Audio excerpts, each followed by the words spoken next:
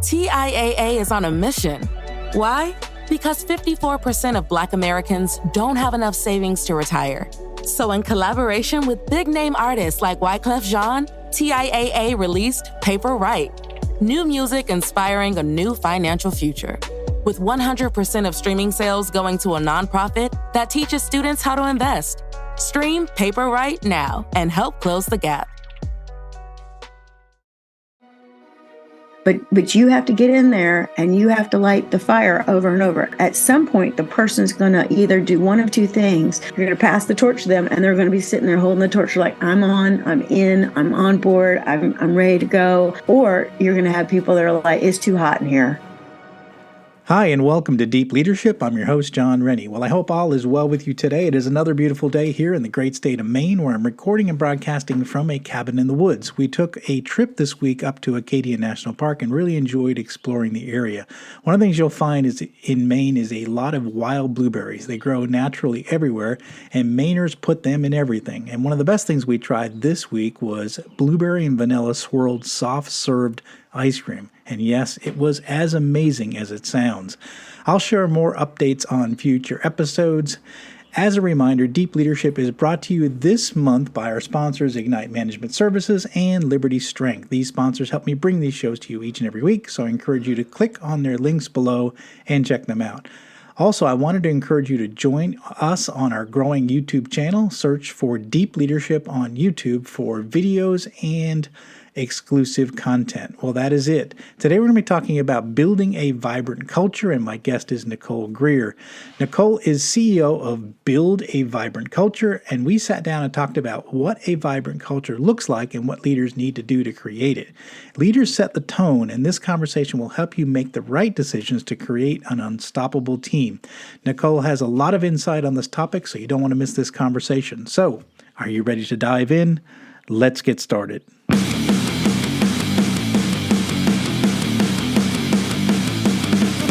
Welcome to Deep Leadership. Leadership is a people business. That's the philosophy of your podcast host, John Rennie. As a former Cold War submarine officer who spent 20 plus years leading businesses in corporate America before starting his own manufacturing business, he knows that leadership matters. Are you ready for some real-world actionable advice from John as well as his expert guests? I'm ready. The show starts right now. Welcome to the Deep Leadership Podcast. Today I'm joined by Nicole Greer. Nicole is a principal coach and CEO of Build a Vibrant Culture. Her company specializes in helping individuals, corporations, faith-based organizations, and nonprofits fulfill their mission and exemplify vibrant leadership. She is on a mission to energize, impact, and influence people to lead a more vibrant life through engaging what's possible. And I'm excited to have her on the show today to talk about the idea of vibrant leadership and vibrant cultures. So, Nicole, welcome to the show. Oh, thank you so much, John, for having me here. I'm delighted. Yeah, it's great to meet you. And this is a subject we haven't covered, so I'm excited to talk to you about it. And let's get started with how did you get started working with leaders and organizations? When did you make the shift and why did you make the shift? Well, the first time I ever worked with the leaders, the first day I ever got a job. And I had this wonderful guy named Mr. Sansone, who was the owner of the Baskin Robbins, in which I scooped ice cream for. And I tell a story. I have a little program called Vibrant Recruiting, and I share it with human resource leaders all the time who are trying to find great people right now. And I tell them, really the leader sets the tone. And we all know that for how we're to behave. That old thing, John, lead by example, that is legit advice. Okay. So, Mr. Sansone, he just said, listen, watch what I do. And he was unbelievable. So I would say that's the first time I really realized leadership. And I think as a teenage young woman, I looked and I was like, oh, he's a little bit like my daddy. You don't appreciate the leadership of your parents oftentimes until, you don't have it in your life or you meet somebody else. You're like, oh, he's just like daddy, So So I did that, but I got into the restaurant business. I consider that my very first restaurant job, working at Baskin Robbins. And then from there on out, I ended up working in many, many restaurants and worked in Applebee's for a very long time and got promoted quickly. And I think it was because I shine, dare I say that about myself. And so that's what I mean when I say vibrant leadership. I just had a lot of energy, and I'm basically a very positive person. So when I talk about building a vibrant culture, you're wanting to instill a positive mindset and allow people to use their talents and strengths to shine, to do really good work. I love that. I love that. You say that you were fortunate to work with an exceptional leader early in your career. Explain a little bit about that story and how it impacted you.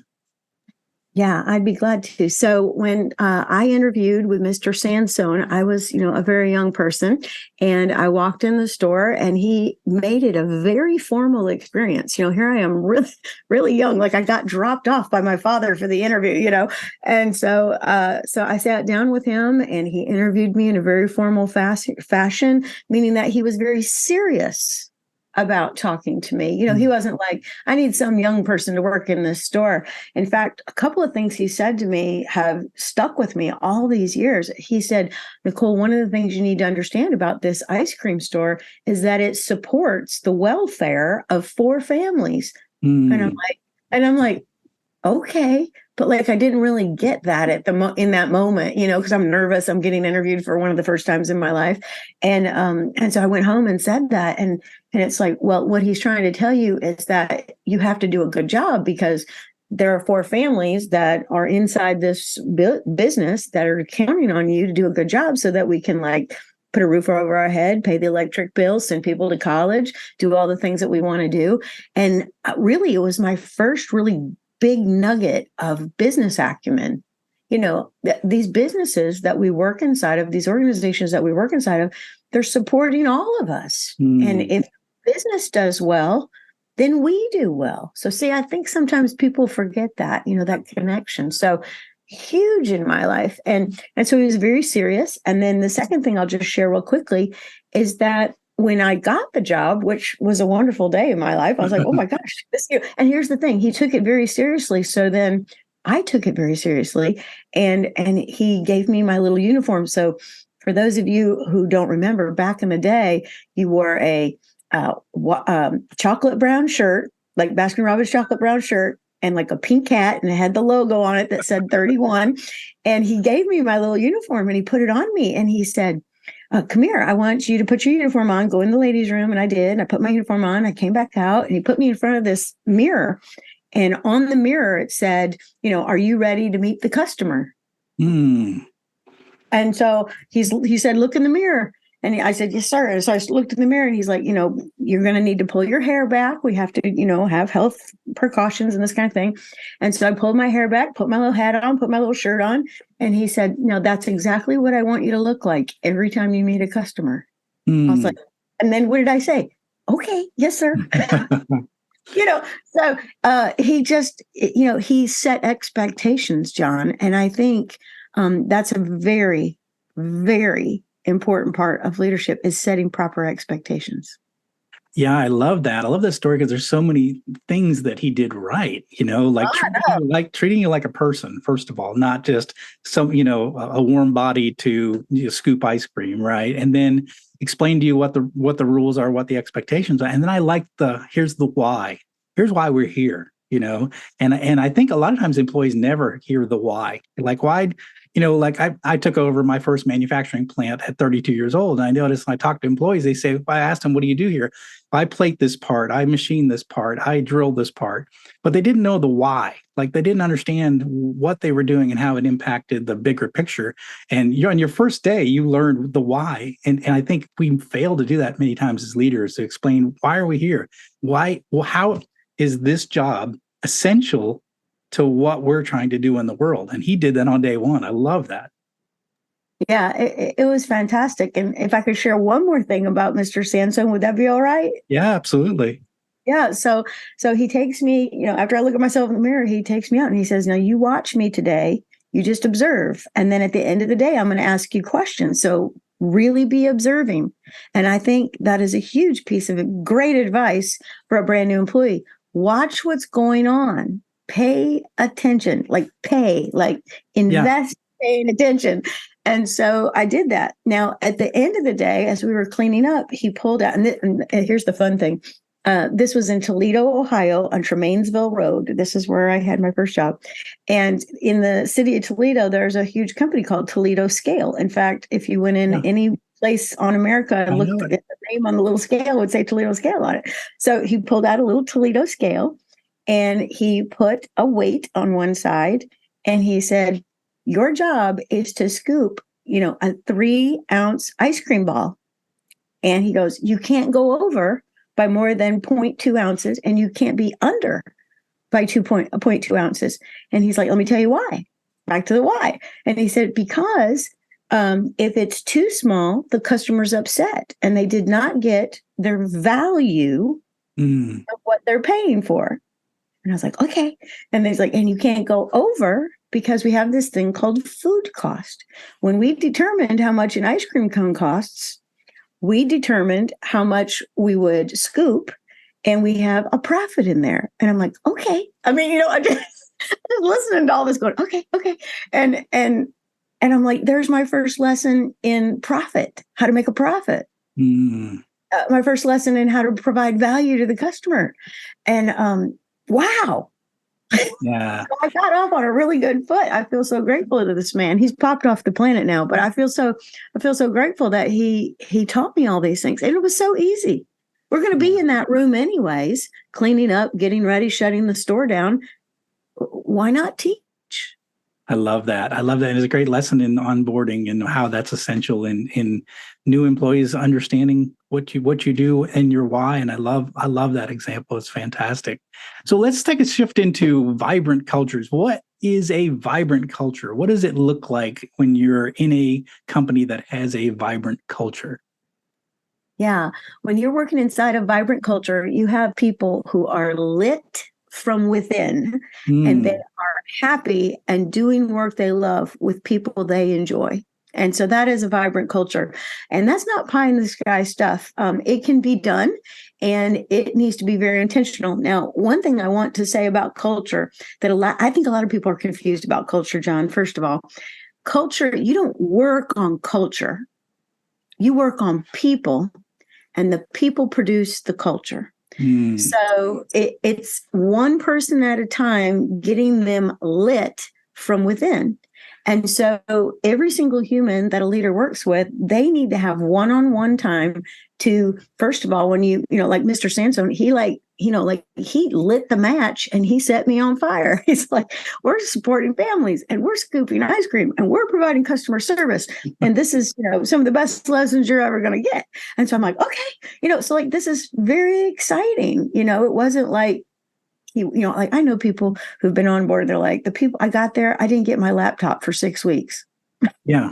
I've got a similar story. I mean, I tell about it in my book where I basically got a cubicle where the light was out. I got a stapler and no computer for weeks. And I didn't know why they hired me, to be honest. And it took my own just self-motivation to figure out why they hired me. I almost quit. I'm like, well, I don't know why I'm here, and so I have just the opposite experience as yours. And this is working for a very large global company that, you would expect that they would have an onboarding process. They did not. And so I had just the opposite. When I first left the military and went into corporate America, I had the opposite training that you had. It was like, I didn't even know why they hired me.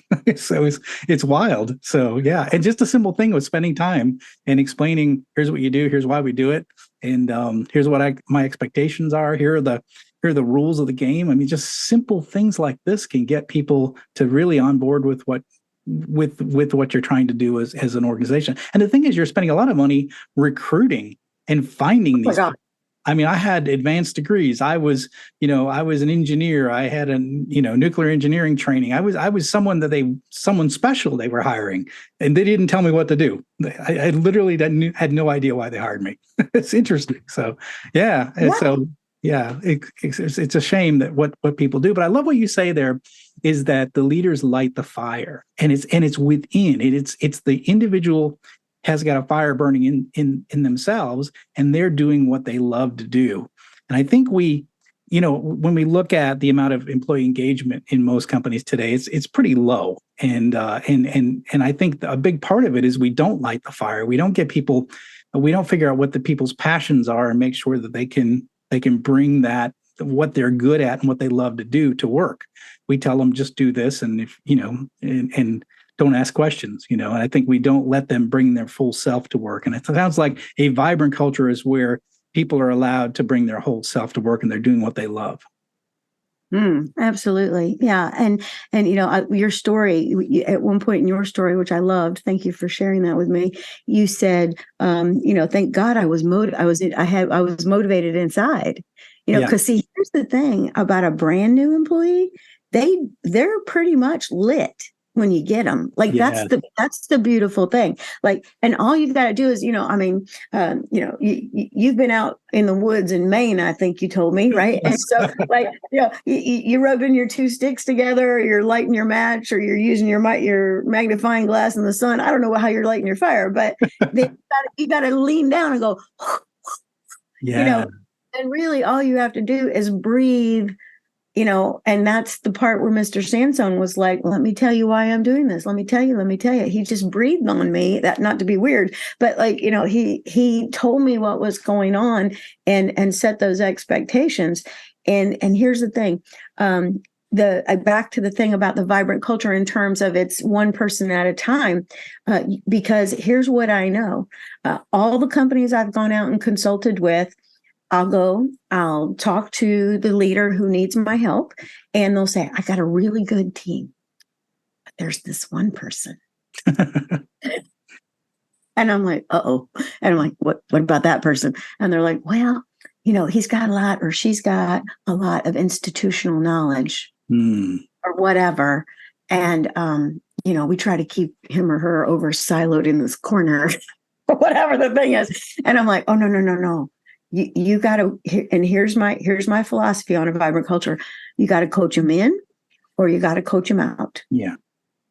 But you have to get in there and you have to light the fire over and over. At some point, the person's going to either do one of two things.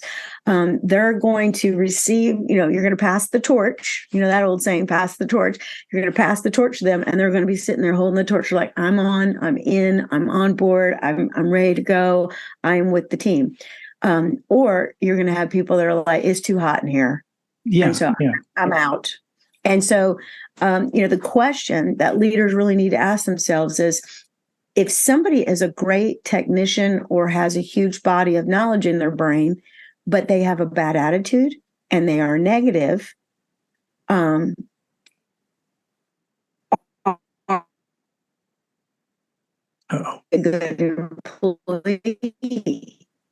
people that often, if they have a terrible attitude and they have great knowledge, they have to fix the attitude.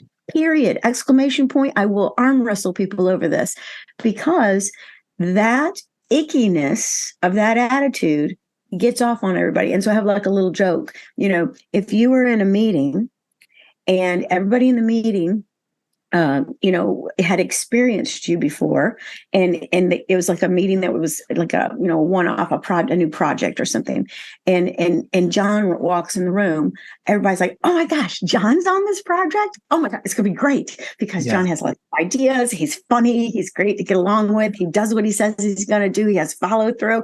I love working with John. And then in work walks Susan, and everybody goes, oh god. The air goes out of the room. Yeah. Yeah. They're like, they invite, yeah. And see, here's the thing. I love what you just said, because have you ever done that experiment? Okay, let's all go back to science class. Have you ever done that experiment where you had the candle and you put the cloche, glass cloche over top of the candle? You said all the air went out of the room. Susan is a glass cloche. She comes in and she stinks up the air in there, and all the oxygen gets burned out, and the light and the flame goes out. And see, you can't have that. Yeah, you can't settle for that.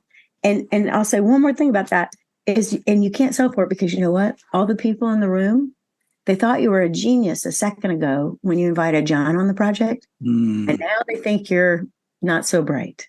Yeah. And when Susan walks in, she's like a little ray of gray. Yeah. And so you've got to be working with people one-on-one, shaping them. Peter Drucker said, every organization is forming their people, whether it's intentional or unintentional. And we're either forming them or deforming them. It's all forming. We'll be right back after a quick word from our sponsors. Leadership skills are like any other skills. You need to practice them to get better at them. Best-selling leadership author John S. Rennie knows this. That's why he's written a new book called You Have the Watch. It's a guided journal for leaders designed to take you through an entire year of leadership training.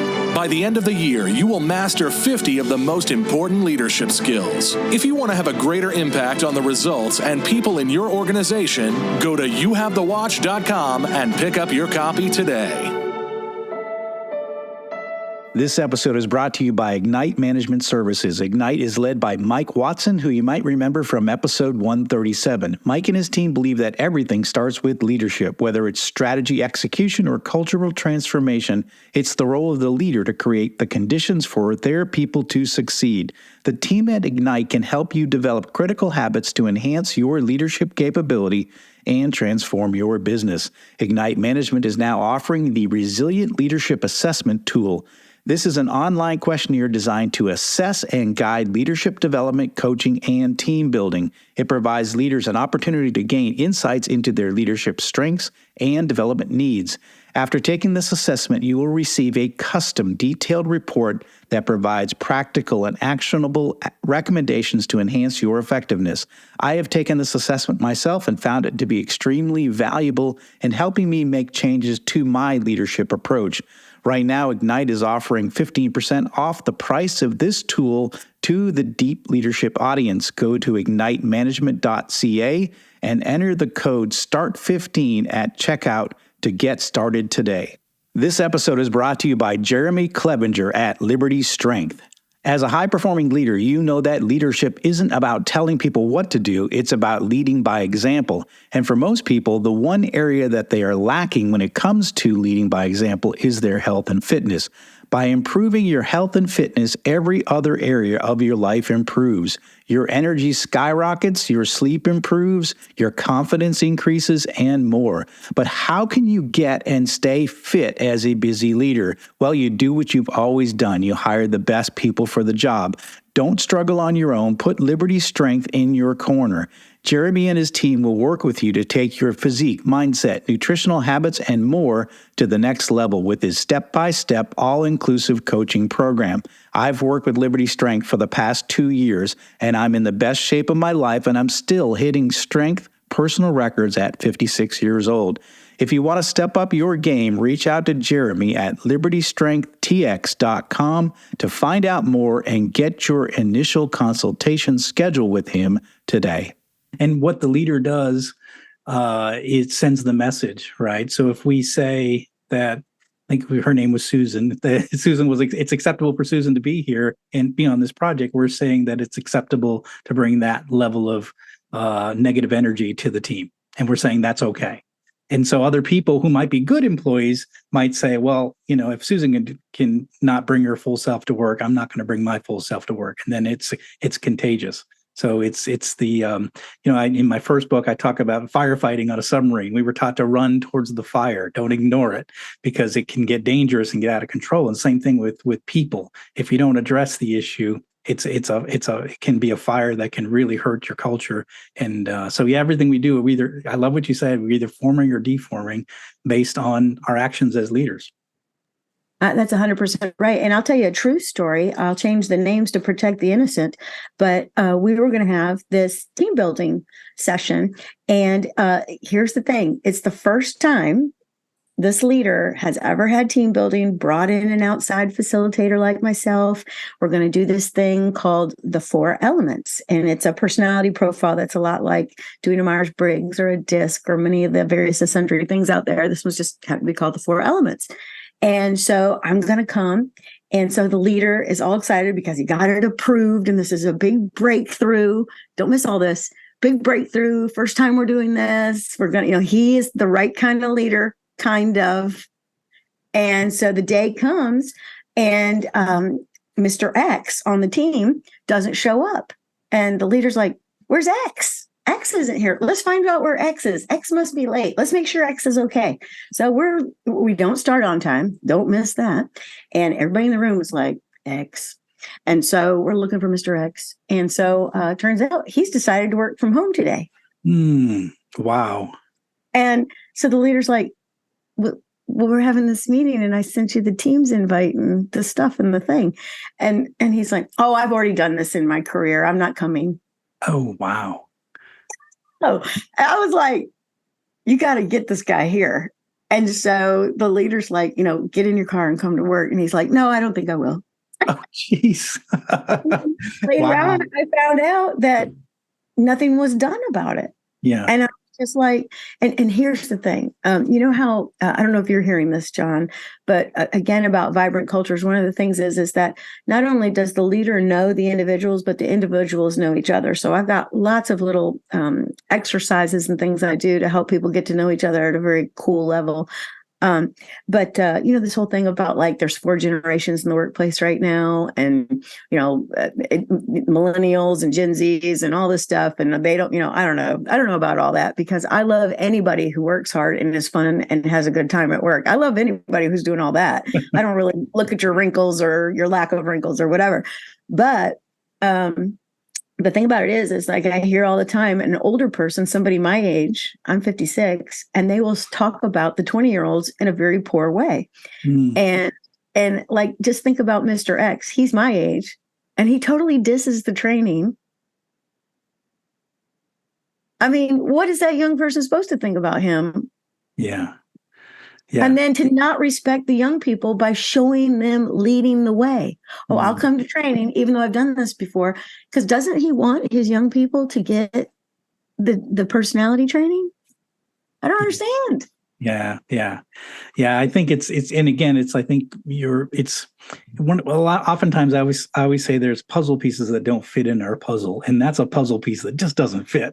And so even if they have great institutional knowledge, it may be best to find other, he may need to find, like you said, lead his way out of the organization, because again, it's really affecting the overall culture when you have someone that says, I just don't feel like it.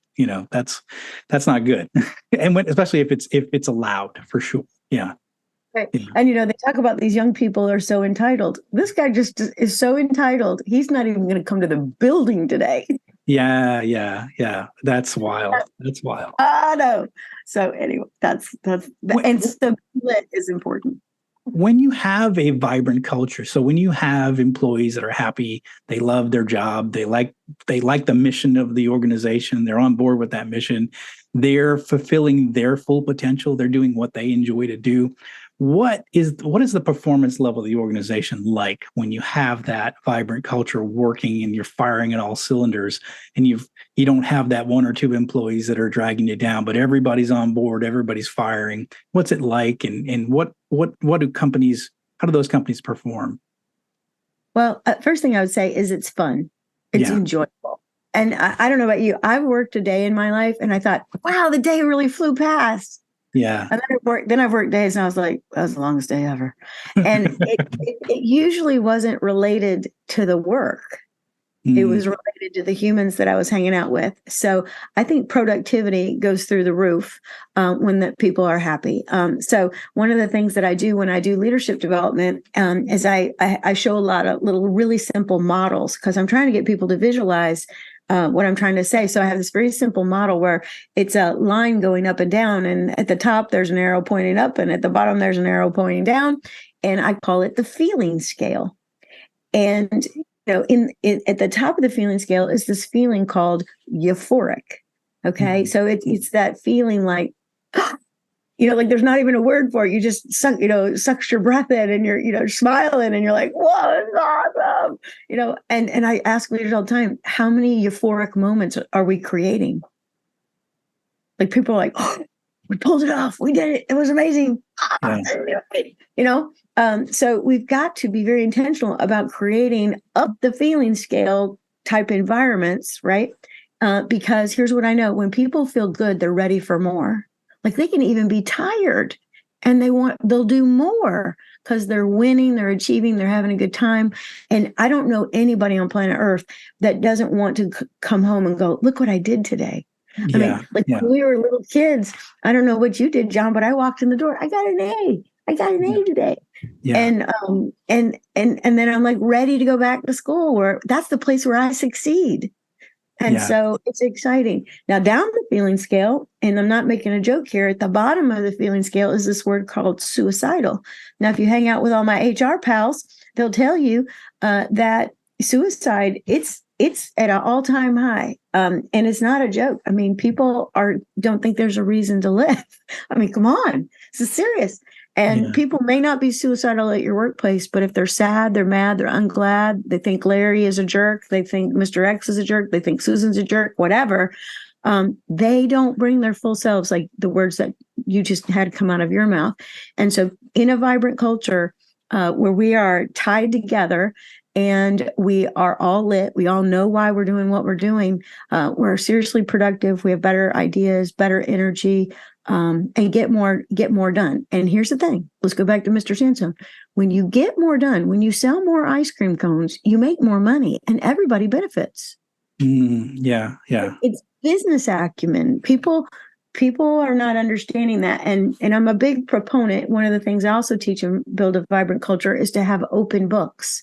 I think it's very important to explain to people how the money is working, because if your business is making a bunch of money and your people are not asleep, they see the money. Okay. They see the money coming in the door. They know this big part went out and it cost however many dollars, like in manufacturing. You have these big parts going out the door. Somebody's buying this stuff and you know that, but you don't know how it all works. So a good example is I work with a manufacturing organization in Denver, North Carolina. They just got this is how they said it, one big robot and three little ones. Because that's how they talked to me about it. You know how much that one big robot and the three little ones were? Millions of dollars. Yeah. Now we have to explain to people, we are selling this product. We have expenses, we have net operating income, and then we have this thing called capital expenditures. And that's what the big robot and the little robots were. Yeah. And then underneath that is cash flow. Yeah. And so the average, you tell me if I'm wrong, John, you were in manufacturing, the average person in the manufacturing organization doesn't understand that whole thing. Yeah. Yeah. And they think the guys, at the top are on a yacht. It's interesting because I ran 8 different manufacturing. This is my 9th manufacturing business, my own that I started 7 years ago. But I run 9 different manufacturing businesses. And one thing I've always done is all employee meetings every month, right? And I've always shared the financials and how the company's doing, why they're doing. One of the things I've found though is, especially with blue collar workers, is I try to explain money in terms of things that they would recognize. Like I would talk about like our scrap for the month. I would have put up a picture of a car. And I'm like, all right, see, this is a Ferrari. This here Ferrari is worth, I don't know, $70,000. That's how much scrap we had this month. And that's not good. And I think it just using analogies like that and showing something that's more relatable than say $70,000. Well, it seems like a lot of money, but I don't know what that is. But that helped people gauge some of the messaging I was trying to do, is put it in terms that it's easy to understand. It's kind of fun. You can have fun with it too. And, we only bought we bought a used Pinto last month. We're getting better, at this. And so, I think doing some of that added a little bit of color and fun, and it's a little less boring and dry than cash flow statements. Cause I think, even guys that went to school for accounting don't want to see cash flow statements. You know what I mean? So make it interesting, make it fun, and I love the fact that you say keep open books, and we do that. I do that in my current business right now. I actually put out the cash flow forecast for every week, every Monday morning. Here's what's coming in, here's what's going out, here's what's in the bank, and so everybody knows where we stand. And I think it's a good way to be. It's a better way to be. So it's sort of open books. Here's where we're at. Here's what we need to do this month. Here's what we have to do this week. And I think it helps people understand the business, the ins and outs of the business better, for sure. I couldn't agree more. Yeah, because even if you have somebody who is highly educated, they are, for example, I was working with a dentist last month. Dentists don't go to business school; they go to dental school. Yeah. And so if you hire an associate dentist, you have to explain to this young woman, "Hey, listen, this drill you're using." In fact, one of the dentists I was working with, he said that he had like this cord hanging off. The thing that goes in your mouth and sucks that thing. And so the cord was like hanging down and it was on the floor. And the young lady that was working with him kept rolling over it with her chair. And he was like, wait, well, hold on. Like it alarmed him greatly because he knew how much the cord was.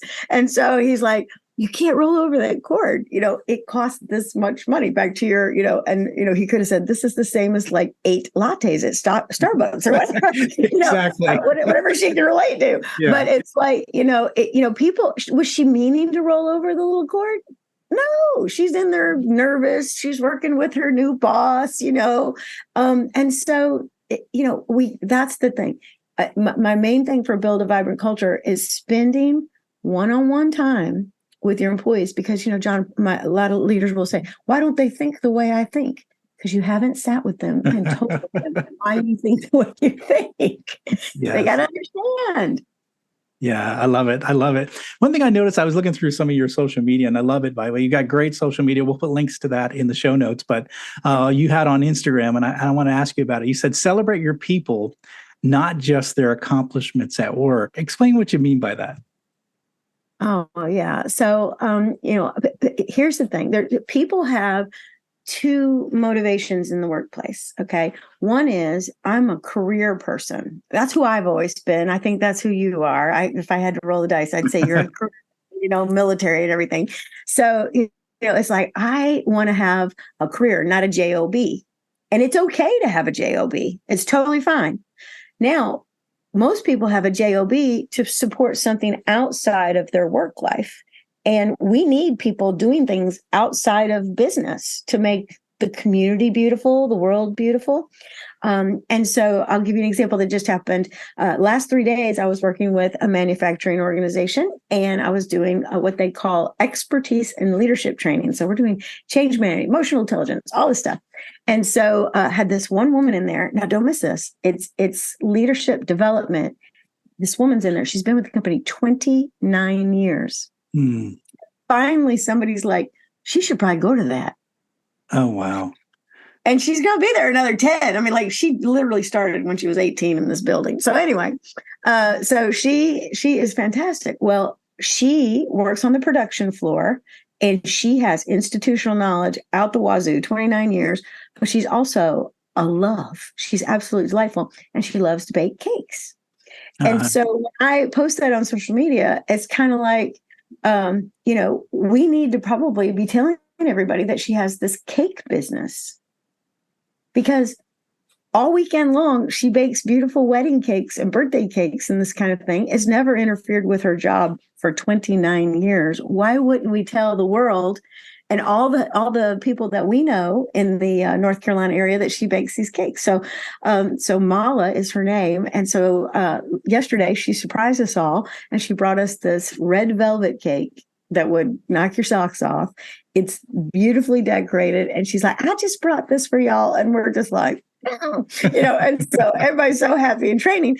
But, she's never going to be I don't think, if she wants to, maybe when she retires, but like, she loves her workplace family, and she loves making 2-3 cakes on the weekend. It's her thing. Yeah. And so we celebrate what they do. A lot of times people have a child, they buy a new home, they do all these things that Mr. Sansone was talking about. This business supports, these 4 families, or these 400 families, or 4,000 families. So look, we're all working our butts off here, but look, he just bought his first home. If you work here, you work in a reliable company where the numbers are good. In fact, we'll show you the numbers. There's open books. And you can work here, and you can save your pennies, and you can buy a house. We have stability. We love each other. We're all lit. We're all making it happy. We're nowhere in this life together. And so I think you should definitely do that. And I think too, last thing about that, because see how passionate I'm getting, John, I'm sorry, is, sometimes people do something amazing on the job that surprises us. And I want to tell you something. I think one of the best things about people who are lit is they're emanating light. And when you emanate light, you can kind of look around and see what needs to be done. You know that old thing, don't wait to be told what to do. Look around and see what needs to be done. And in the restaurant business, if there was a dirty dish on the other server on the shift, you would go by her table and take the empty plate away. We just help each other out, right? So you look around, you see what needs to be done. Well, leaders, and it's that old thing of managed by walking around that comes out of that old book by Ken Blanchard, 1 Minute Manager. If you catch people doing right, you should celebrate it. You should show people, because then you'll get more of that. So it's just these little things you can do that are so powerful, that get people lit. You notice I'm doing something good, it stokes my fire. Absolutely. Such a great, powerful message. I love that. In fact, I've got a chapter in my first book called Celebrate Employees. So it's interesting that we think a lot alike, because it's very important. I've been doing it for years, and it's interesting to see, see the reaction of employees when you notice something about them. You notice that even if it's outside of work and accomplishments, absolutely important, very important for building that rapport, building a great culture. Building a great workplace for sure. What final message would you like to leave with our listeners about what you do and this idea of vibrant cultures and vibrant leadership? Yeah, I'd be glad to. Yeah, one of the things that I just would really encourage you to do is maybe start now, because 2024 will be here before we turn around. I mean, can you believe what today is? It's July 21st. I can't believe it. Is to set up a formal employee performance process. And I don't mean once a year reviews. I mean, making sure that there's time on the calendar to sit with people for at least 15 minutes up to an hour, regularly calendared, where you can sit down, you can formally put goals in place for that person, places for them to grow, to look at what's possible. And then in between those times, you're going to encourage them to make the possible probable. And then you sit with them again. And the leader who is a vibrant leader is going to get lit, lead with clarity. Here's what I want you to do for the next space of time. And then they say, here's where you're doing so well. Here's the quality of character it's going to take to get this done. And we didn't talk about character, but I think it's a huge thing. So I is for integrity. And then T, we're going to transform what's ordinary. On my watch, you're going to be extraordinary. You're going to be amazing. So if you want to buy a house, get a Ferrari, bake a cake, whatever it is you want to do with your life, I'm here to help. I'm your leader. So I'm going to develop you. I'm going to help you get lit. So you can't keep a fire burning if you don't throw a log on the fire.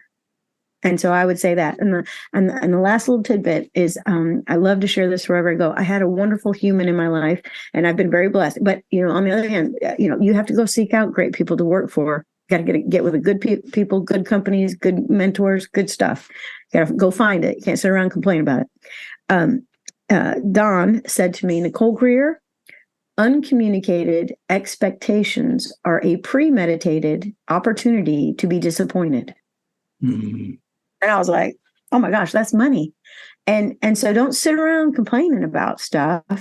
Go out there, set the tone, set the expectations, ask people what they're going to do, get some goals in place, and talk. Just talk about it. And it's amazing how people will get passionate or fired up about what they're doing. Fantastic. Great advice, solid advice, something to do as you get ready to, as we close out this year, get ready for the next year, something you can do to really elevate your game as a leader and elevate your team's performance by actually spending time with your people. Amazing. It's not that hard, but sometimes we don't do it. We ignore it. We forget. So yeah, my son has the same. He's like, it's not brain rocket science. And I'm like, that's exactly right. Yeah, exactly. That's exactly it. All right. Well, very good. How can listeners find out more about you and the services you provide? Yeah, absolutely. So just simply go over to www.vibrantculture.com and you'll find my website. And I have a podcast there. I have blog posts. I have all the stuff. And then also the best place to find me is probably on LinkedIn. If you're listening to this, I bet you're a leader. I bet you got a LinkedIn profile. And if you just go there and put Nicole Greer, and it's 2 R's and 2 E's in Greer, Greer, I'll pop right up. And I'd love to be linked in with you. Absolutely. We'll go ahead and put links in the show notes for all of those resources. And I highly encourage you, if you're listening in, to connect with Nicole, connect with her social media. There's a lot of good stuff on there and a lot of things that are going to make you think and remind you of what you need to do to create a vibrant culture and to create a vibrant workplace. So I highly encourage you to check out her resources, connect with her on LinkedIn and other social media if you really want to continue to grow as a leader and to continue to build a great team. Nicole, I really appreciate you coming on the show. I really appreciate your insight and helping us understand a little bit more about what it takes to build a vibrant culture. Thanks for coming on the show. John, I'm grateful for you and grateful for your time, and everybody have what I call a vibrant day. Outstanding. I love it. Well, that's it for today. Thank you for listening to Deep Leadership. If you like this podcast, please subscribe and share so we can continue to build a world with better bosses. Until next time, this is John Rennie saying take care and lead well.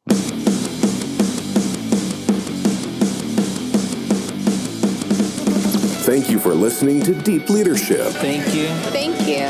Thank you, thank you, thank you for all you do. We hope you enjoyed today's episode. For more information and updates, please visit our website at www.deepleadershippodcast.com or johnsrennie.com. Until next time, take care.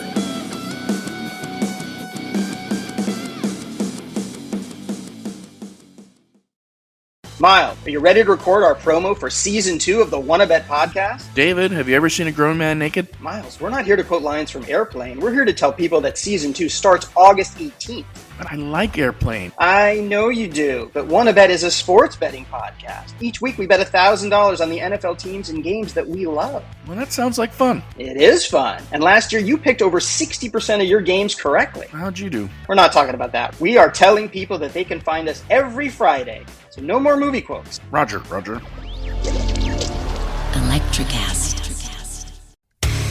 Hey there, I'm DC. I host the rock podcast, Back to the Arena, The Interviews. It's about a 30-minute podcast where I talk one-on-one with a band who has released new music. You can find us on all the best podcast sites like Spotify, Apple, Google, iHeartRadio, and more. If you're a rock fan like me, subscribe today to Back to the Arena, The Interviews. Electricast.